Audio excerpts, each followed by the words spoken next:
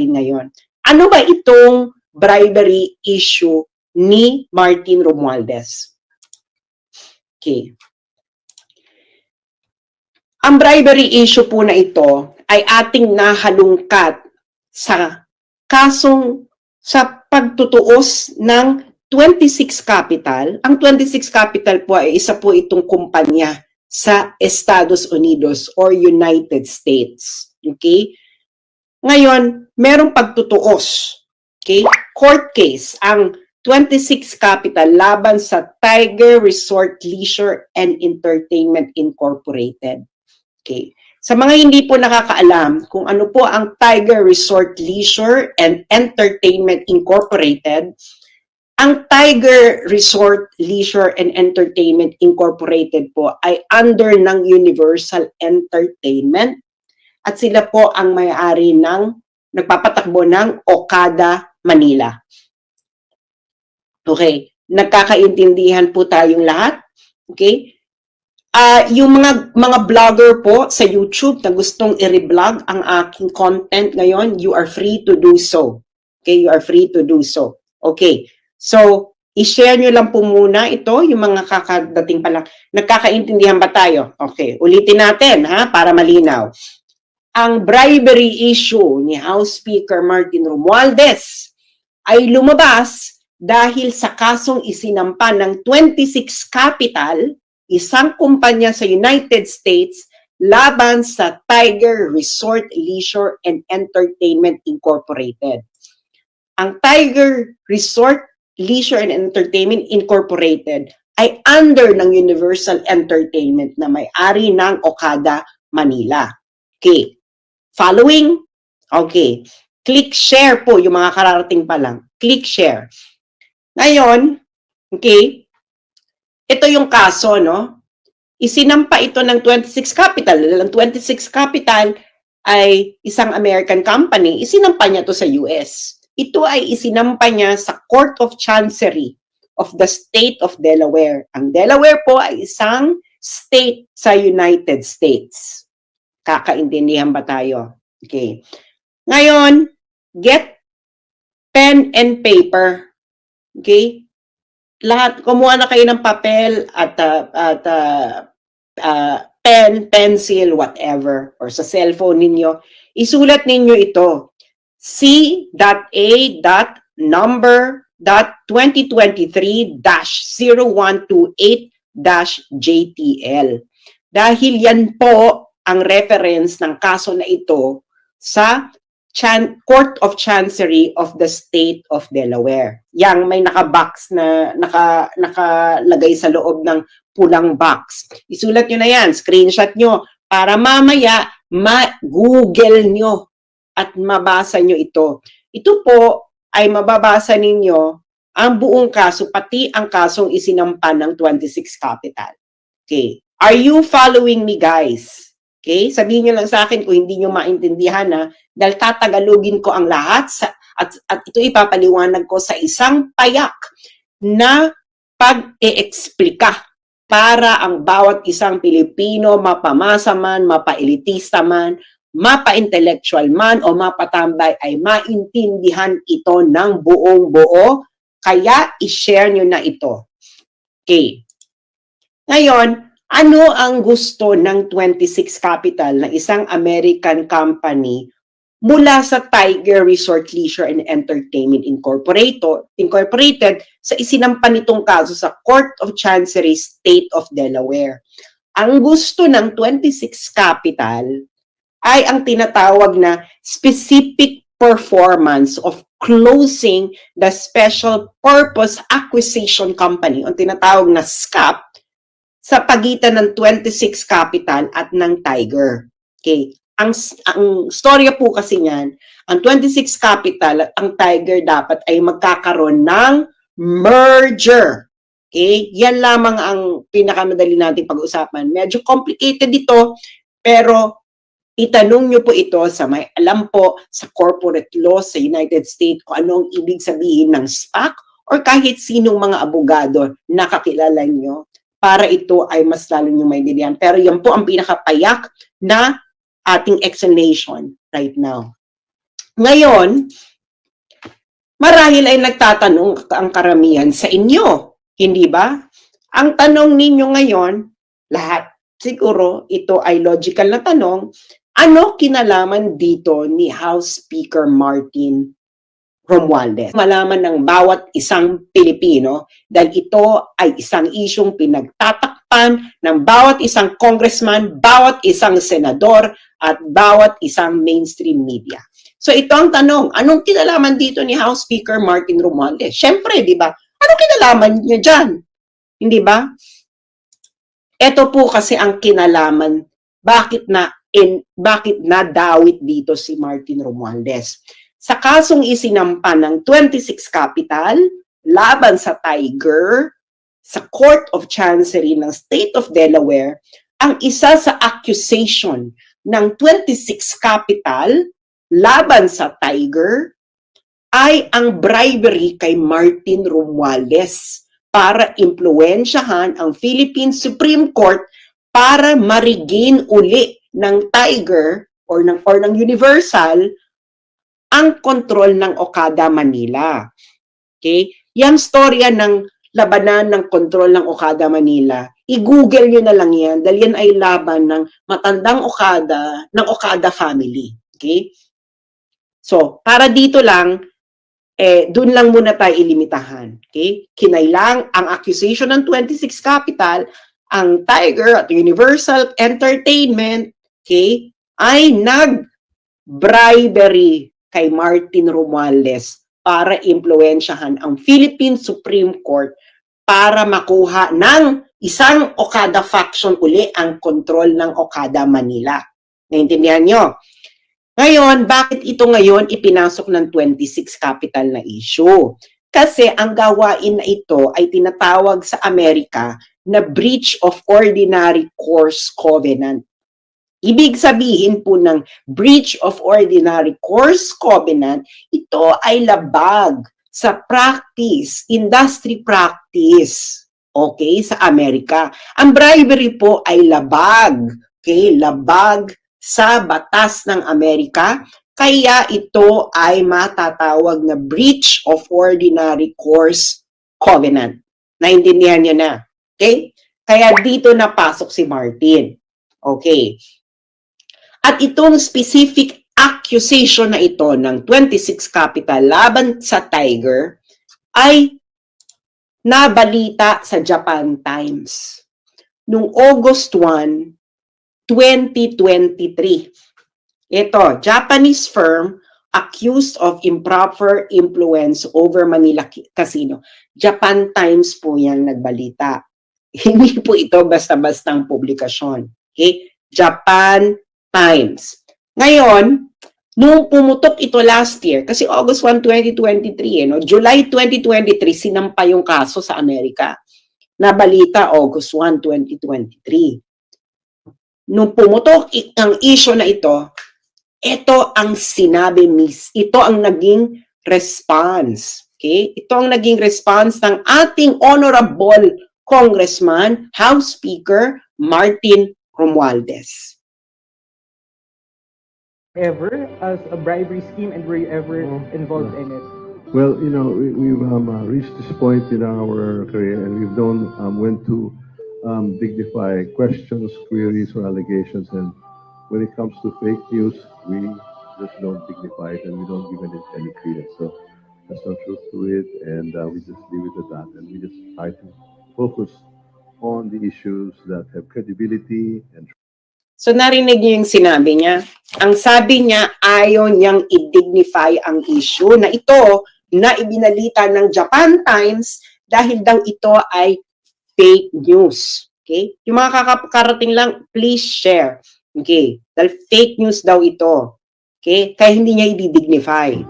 Sir, but were you ever contacted to appear in the case in the US? No, that's why I'm really very puzzled why this is even coming up. Sir, and you're also denying na on July 27, 2022, based on that report, Okada Manila officials allegedly brought some quote-unquote heavy luggage with quotes an item to Romualdez. I just like to get your reaction to that. Again, nothing of that sort ever occurred. That's why I Didn't occur. Never. Okay, sir. Thank you. Thank you. So, papaalala ko yung sinabi niya ha, hindi raw nangyari yung heavy luggage issue. Ito raw ay fake news. Okay, yan ang sinabi ni House Speaker Martin Romualdez.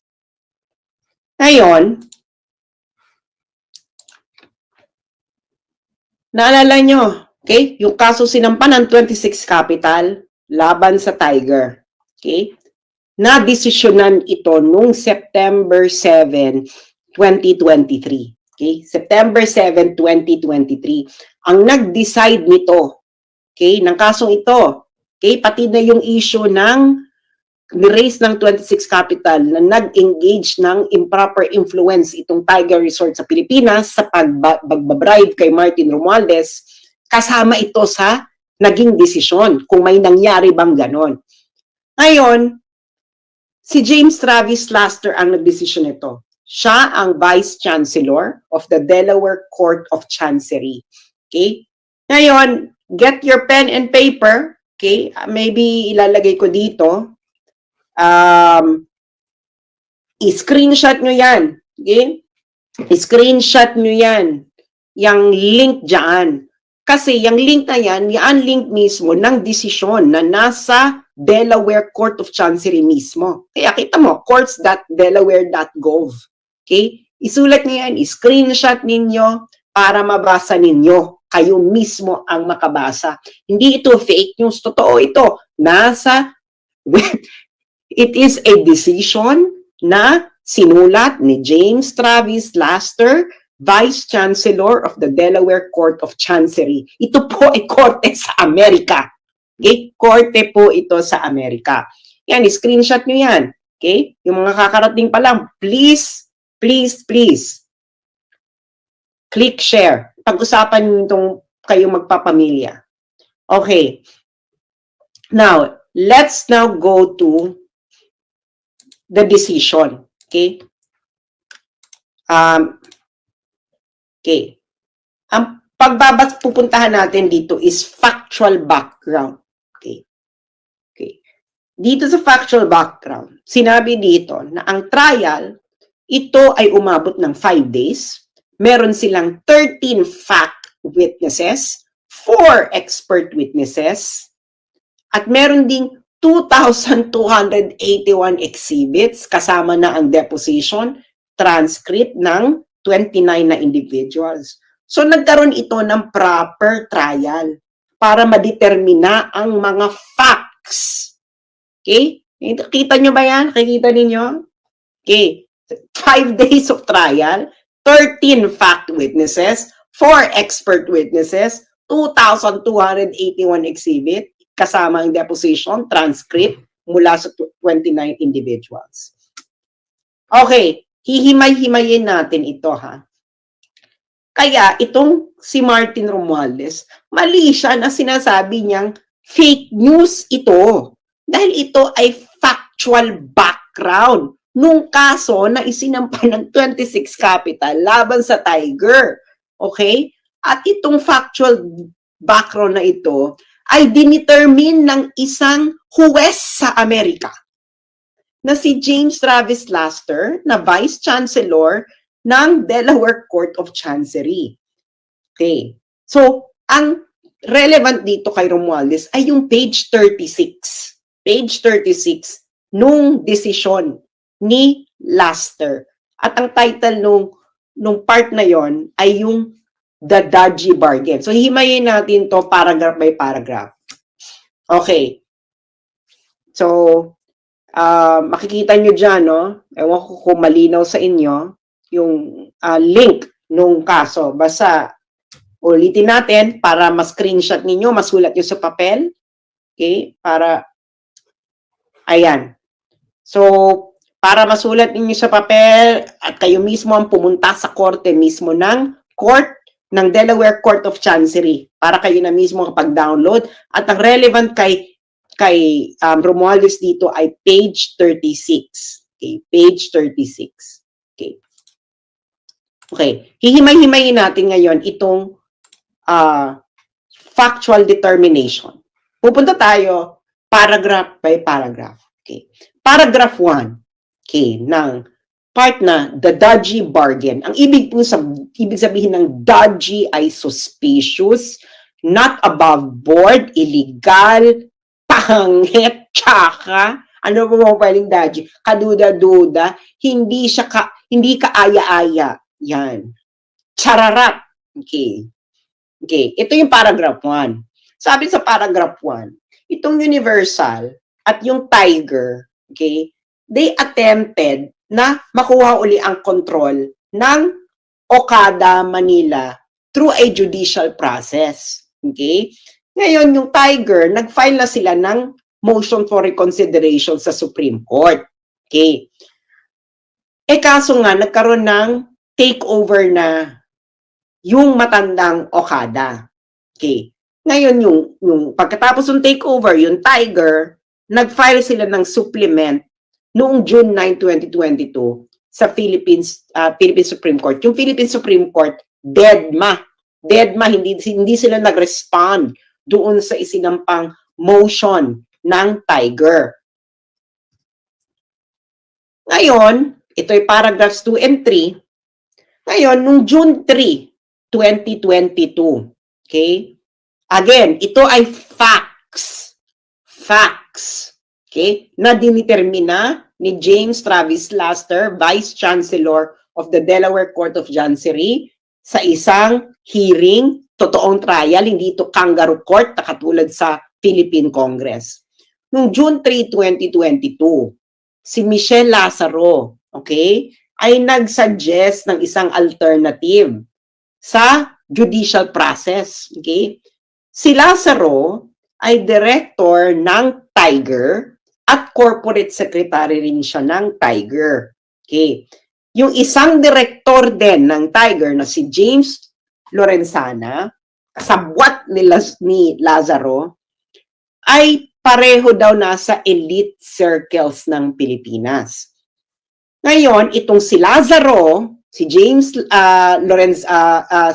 Michelle Lazaro, nag-email siya kay Asano, Takeuchi, at isa pang Universal Director.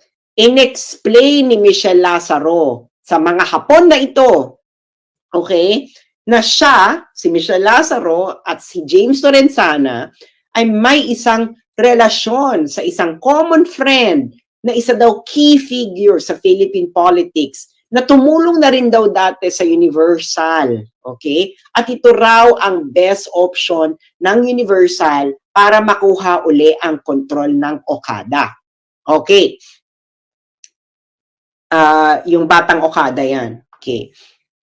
Ngayon, ang sabi ni Michelle Lazaro sa email, the key person, our common friend, feels that my involvement moving forward is indispensable, such that he was reluctant to provide further assistance or to pursue any potential partnership unless her concerns were addressed. So ang sabi ni Michelle Lazaro, kailangan si Michelle Lazaro sa deal na ito. So ang ibig sabihin niya kung anong kailangan involved si Michelle Lazaro, yan ang sinabi daw sa kanya ni Martin Romualdez.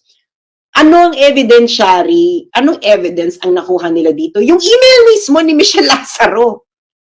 Okay? Kasi sa Amerika po, meron pong tinatawag na discovery proceedings. Okay? Ibig sabihin ng discovery proceedings, lahat ng evidence na kailangan mo sa kalaban mo ay pwede mo makuha, emails, text, etc. Kaya nakita nyo yung ni Amber Heard saka ni Johnny Depp, may discovery proceedings yun. Kaya nga, di ba, ang daming evidences na alam nila pareho. Kasi yun, saka may nakita pa, di ba, may mga lumabas pa mga text messages si Johnny Depp, si Amber Heard, ayun ay nakuha through discovery proceedings. Okay. Ngayon, ang sabi ni Michelle Lazaro, ang common friend daw na yun, okay, ay si Martin Romualdez, Speaker of the House for the Philippines. Ito ang sinulat mismo ni James Travis, Vice Chancellor ng Delaware Court of Chancery. Ang common friend daw ay si Martin Romualdez, na Speaker of the House for the Philippines, nephew by blood ni Philippine First Lady Imelda Marcos, nephew by marriage ni former Philippine President Ferdinand Marcos, pinsan ni Philippine Senator Amy Marcos at pinsan din ni Ferdinand Bongbong Marcos. Okay? Yung JX674 na yan, evidence yan. Okay? Yan ang source ng evidence na nakita ni James Travis Laster. Kaya nga pag pumunta tayo sa Delaware at pinakuha natin ang buong kopya ng buong kaso, makikita natin lahat. Pero dito muna tayo mag-focus sa desisyon. Okay. Ngayon, sabi pa ng ang nakalap na fact ng Vice Chancellor ng Delaware Court of Chancery para ma-confirm ni Lazaro ang kanyang connection. Itong si Lazaro, Michelle Lazaro, nag-text siya kay Takeuchi, yung Hapon, no, ng Universal, ng 2 pictures ni Lazaro kasama si Romualdez. Okay. Ngayon, sabi daw ni Lazaro sa text, yung pangatlong individual doon sa picture ay ang chair ng Philippine Gaming Commission. Sino yan? Si Altenco. Okay. Ngayon, sino to si Michelle Lazaro at James Lorenzana? At bakit nga ba ito malapit kay Martin Romualdez? Okay. Itong si Michelle Lazaro ito ay anak ni Lolong Lazaro na isang close friend ni Martin Romualdez. Okay, i-google nyo ito. Nung namatay si Lolong Lazaro, itong si na tatay ni Michelle Lazaro, itong si Martin Romualdez ay nag-deliver pa ng eulogy sa tatay sa pagsalamay ng tatay ni Michelle Lazaro. Itong si James Lorenzana ay fraternity brad ito ni Martin Romualdez sa Upsilon Sigma Phi. Kaya ganyan sila kalapit kay Martin Romualdez. Okay, paragraph 5. Ngayon, yung email ni Lazaro ay meron daw term sheet. Okay, ito ang mga demands ni Lazaro. Dapat si Lazaro at Lorenzana ay kailangan tumanggap sa Tiger ng $35,000 per month. Okay. Ito yung mga condition ni Michelle Lazaro para si Martin Romualdez ay tumulong. Okay? Ay tumulong. Okay? Kailangan daw si Lazaro Lorenzana ay magkaroon ng bayaran ng $35,000 per month net of taxes. Ibig sabihin, kailangan bawas na yan ng tax, ha? 35,000 net na yan. Ngayon, yung board ng Tiger ay kailangan palawakin daw, kailangan maging 30 ng miyembro, at kailangan si Lazaro at Lorenzana ay may karoon ng karapatan na mag-designate ng 6 na members doon sa 13 members. At ngayon, meron pa sila ibang dinamay na officers na kailangan din bigyan ng pabuya, si Yip at Van der Sande. Okay. At of course, okay, inapprove itong terms ni Lazaro. Okay? Itong mga terms ni Lazaro, again, ulitin ko, mga terms niya to para itong si Martin Romualdez ay tumulong. Okay? Ngayon, si Fujimoto, pinirmahan din to. Nakikita nyo yung mga JX665, J656, JX656. These are references. References po ito sa mga documentary evidence na nakalap ng Delaware Court of Chancery. Okay. Ngayon, paragraph 6 and 7. Ang plano daw, okay, ang plano ay kasama sa plano ay dapat may i-deliver kay Romualdez. Okay?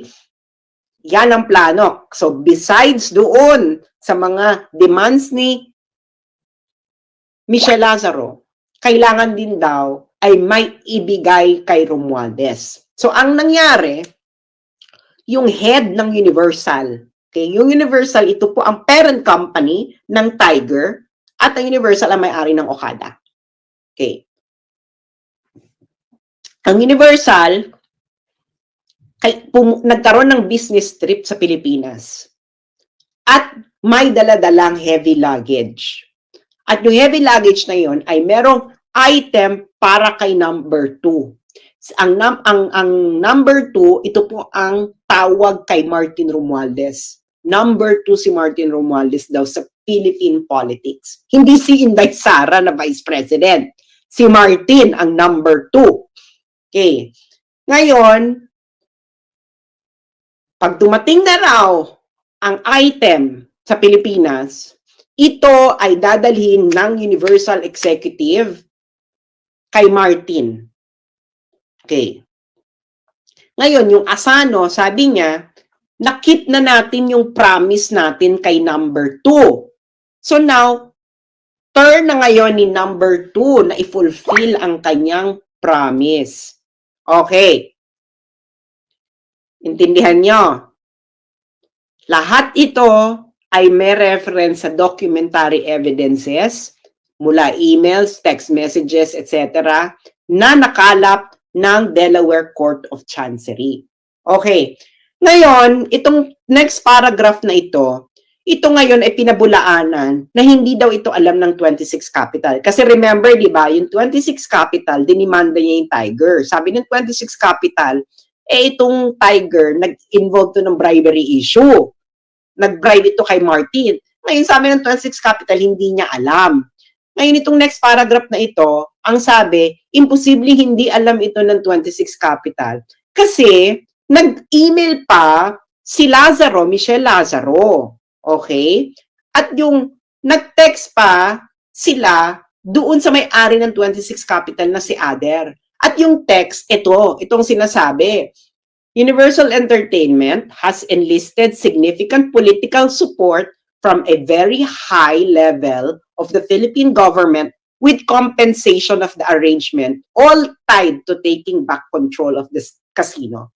Ano sa Tagalog to? Yung text doon sa may-ari ng 26 Capital, ang sabi, itong Universal Entertainment na may Orcada ay kukuha ng suporta, significant political support, kukuha ng significant political support mula sa isang high-level Philippine government official para makuha uli ang Okada, ang kontrol ng Okada. Yung JX647 na yan ang documentary evidence. That's the text evidence na nakalap ng Delaware Court of Chancery sa mga cellphones nila, no? Okay. Ngayon, ato na nga, etong si Romualdez, okay, kasabwat siya, alam ito ng lahat, okay? Kaya nga, okay, noong July 27, 2022, yung executive ng Universal na si Sato Nobuki, nag-travel mula Japan papuntang Pilipinas. Okay. Ngayon, isa pang executive ng Universal, si Hajime Tokuda, ay nag-schedule ng meeting kay Romualdez nung susunod na araw, July 28, 2023. Yung JX730 na yan, documentary evidence yan. Okay, na nagtitrace na may talagang meeting na nangyari, may setup na meeting na nangyari. Kaya pag pumunta kayo ng Delaware Court of Chancery at kunin nyo ang buong kopya ng kaso documentary evidence, makikita nyo lahat kung ano yung JX730 na yan. Okay. Ang meeting daw ay nagtagal ng 90 minutes. Okay. At ito pa, si Romualdez, before siya pumunta ng meeting, nanggaling pa daw ito sa pag-i-inspect ng earthquake disaster area sa Luzon. Noong July, yung araw na yan, totoo, si Romualdez ay, I think, nasa Northern Luzon. May earthquake yan, di ba? I think he was maybe in Abra or Ilocos, somewhere in the north, nandun siya, nag-i-inspect. So pagtapos na mag-inspect, pumunta ngayon siya dito para i-meet niya itong mga Hapon para kunin niya ang kanyang heavy luggage. Okay. Ngayon, so, ginawa ng Universal Executives, may binigay silang letter kay Romualdez. Ang sabi ng mga Hapon kay Romualdez, it would be a huge problem if the ruling by the Supreme Court was prolonged any longer. Sabi nila, magkakaroon daw ng problema pag pinahaba, pag tumagal pa ang pag-issue ng ruling ng Supreme Court. At ang sabi ng mga Hapon kay Romualdez, okay, gusto daw nila ng favor para sa mas maagang resolusyon ng Supreme Court. Okay. So ano daw ginawa ni Romualdez? Okay? Then and there made ex parte calls and sent a text to several members of the Philippine Supreme Court, including its chairman. Sa Tagalog, kamiting ni Romualdez yung mga Hapon. Binigyan ng heavy luggage. Ito ang favor na gusto namin. Ang ginawa ni Martin Romualdez, tinawagan niya ang mga justices ng Supreme Court. Pati na raw ang chairman. So, sino ba ang Supreme Court Justice ng panahon na yan? July 2022. Magsalita ka dahil factual determination to ng korte sa Amerika. Ngayon, sabi ng Universal Executives, yung pressure daw na ginagawa ni number 2 must be working. Okay? Ngayon, ine-expect nila yung intervention ni Romualdez mag-i-end ng takeover nung matandang Okada. Okay? So, in-execute nila yung merger with 26 Capital, etc. Hindi na ito importante dahil hindi ito kasama si Martin sa issue ng merger. Okay. Sabi ni James Travis Laster, no one addressed the legality of this type of arrangement in the Philippines. Kasi illegal to sa Amerika. Okay? Naintindihan niyo yung sinabi ng judge sa Amerika? Walang nag-address kung ito ba ay legal sa Pilipinas. Malamang illegal sa Pilipinas, hindi ba?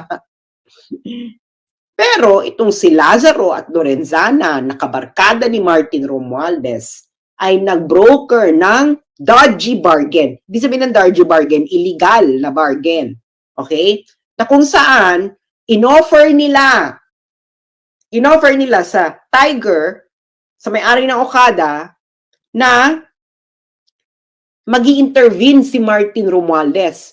Basta si Lazaro at Lorenzana ay bibigyan ng increased control ng Tiger, bibabayaran ng 35,000 per month, magkakaroon ng maipapasok silang mga tao sa Tiger Corporation, at ang pinakahuli ay dapat may ibigay kay Romualdez. Uulitin ko, ito ay factual determination na ginawa ni James Travis Laster, Vice Chancellor of the Delaware Court of Chancery. Ngayon, eto na ang maganda. Noong trial daw, ito paragraph 13, noong trial daw, itong Universal, yung mga Hapon, okay? Iniiwas nila na bribery yung ginawa nila, na yung heavy luggage ay bribery kay Martin Romualdez. Okay. Sabi nung mga Hapon, ng mga witnesses, yung heavy luggage daw ay mga dokumento lamang daw ang laman. Ito daw ay document ng mga court cases. At kailangan daw itong dalhin by hand, okay? Kasi wala daw printer.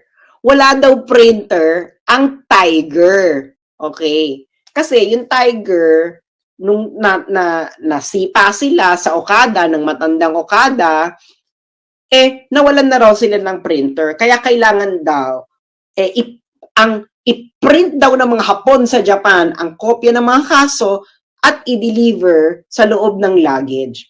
Anong sabi ni James Travis Laster sa palusot na ito ng mga Hapon na witnesses? Anong sabi ni James Travis Laster? Ayan, inilagay ko sa pulang box.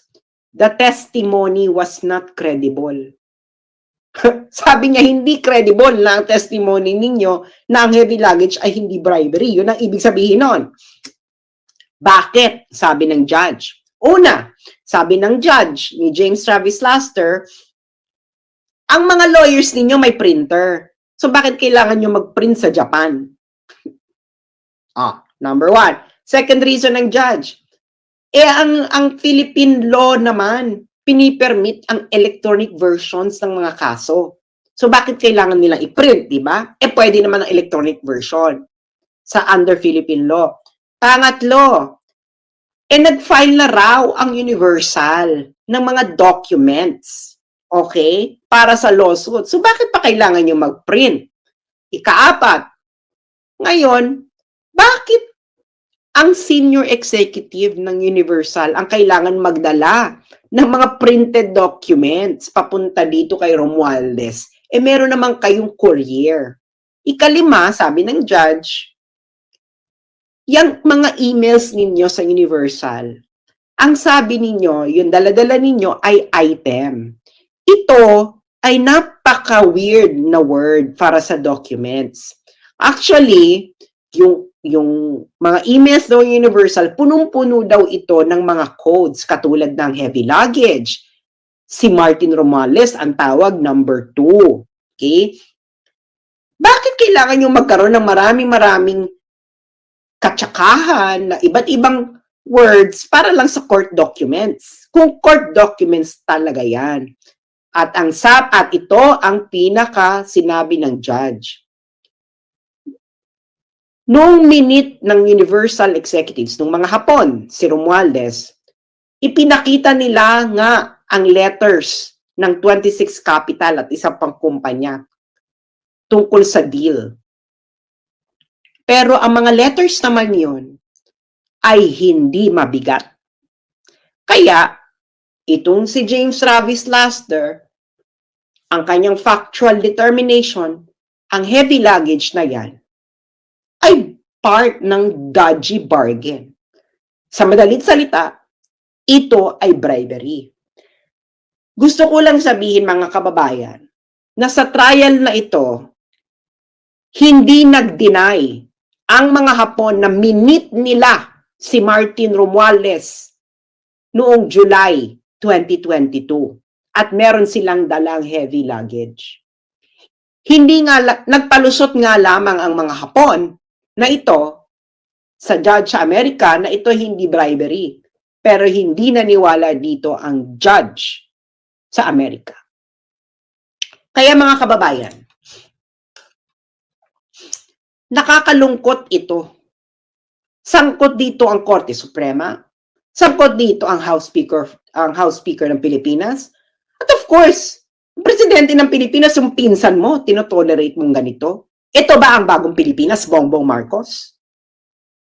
Ito ay kaso, factual determination, na ginawa sa isang korte sa Amerika at hindi sa mga kangaroo court ninyo. At itong pinaka nakakalungkot na sinabi ng judge sa Amerika na si James Travis Laster.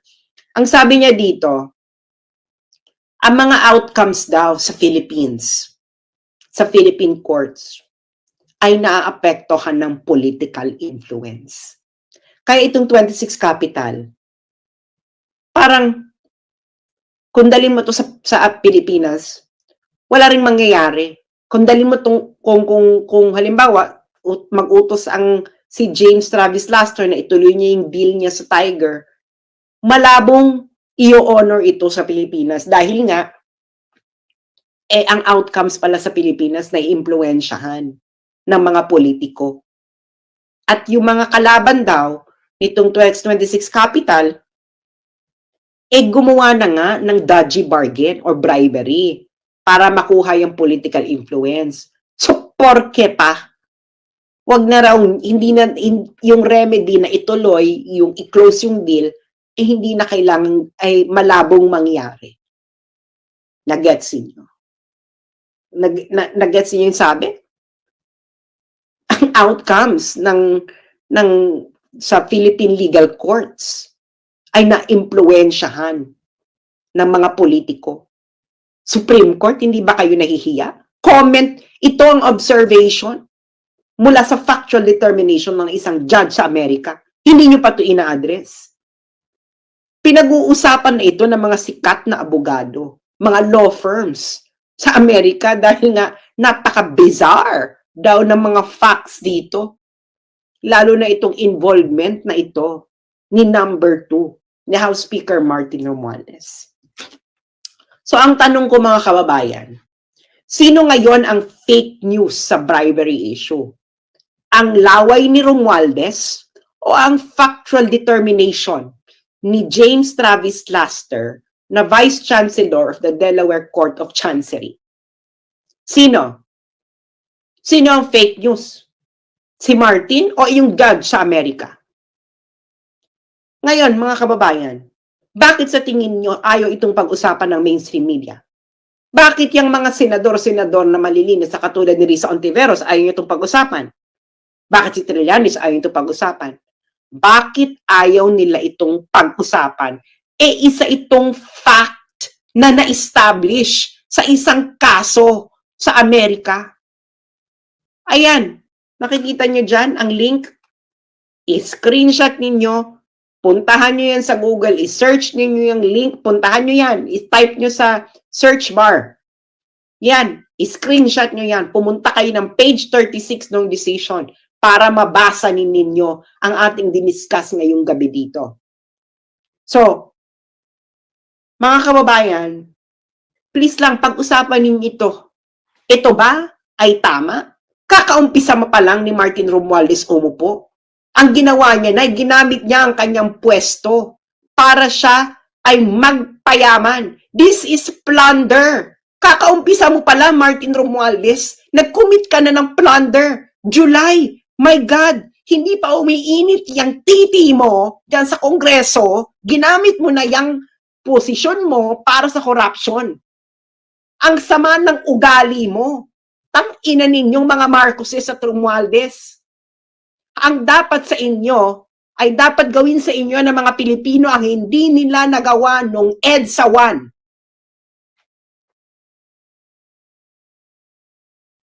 Wala na sanang Hawaii na mangyari. Kung papalarin ang mga Pilipino na maglakas sila ng loob para masipa uli kayong mga magnanakaw na mga Marcoses at Romualdez. Napaka-corrupt ninyo. Tang-ina. Ayan na, puntahan nyo yan. I-screenshot nyo yung link na yan, i-search ninyo yan, puntahan nyo yung page 36. Tanungin ninyo mga sarili ninyo, bakit tahimik ang Catholic Church tungkol dito? Bakit tahimik ang mga elite na schools, Ateneo, UST, Lasal? Kasabwat na ba kayo ng mga pagnanakaw ng mga Marcos at Romualdez? Mga mainstream media, ba't tahimik kayo? Fact ito eh.